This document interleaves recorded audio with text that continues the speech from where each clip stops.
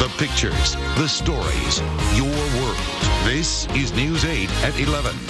Tonight, a bill is making its way through the state legislature. It's pushing to track predators online by giving law enforcement access to their social networking sites. Supporters say sex offenders can show red flags, but some critics are blasting the plan, arguing it's unrealistic and a waste of time. News 8's Richard Allen is live in our newsroom with both sides of the debate. Richard? Well, that's right. The senator proposing this new law says just as it's critical to know a sex offender's physical whereabouts, it's just as critical to know where they're going in cyberspace. But critics say this new legislation will do little, if anything, to protect potential victims.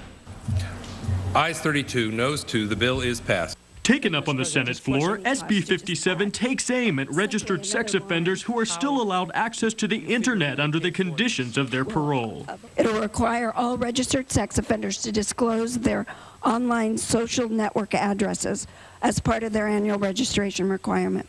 That online information would be included along with the registrant's residence, workplace, and vehicle information. State Senator Sharon Runner, who proposed the legislation, pointed to the case of John Gardner, the convicted sex offender guilty of raping and murdering Amber Dubois and Chelsea King while on parole. Under the conditions of his parole, Gardner was forbidden from using a computer. He had a MySpace page with graphic descriptions of sex acts. The last time he accessed this website was the day before he killed Chelsea.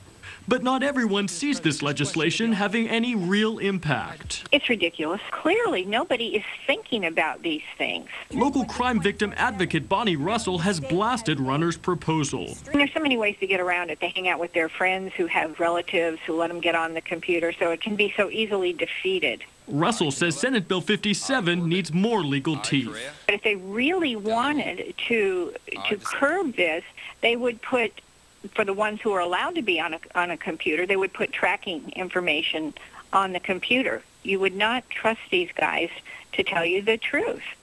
For her part, Russell has pushed for these sex offenders to be outfitted with secure GPS tracking devices before they leave prison as a way of effectively monitoring them. Now, as for this new legislation, New York and Illinois state legislatures have already passed similar bills over the last few years. Carlo? Thanks, Richard. Senator Runner says that if her bill passes, it would not impose any additional cost on the state. The legislation now moves to the state assembly for its vote.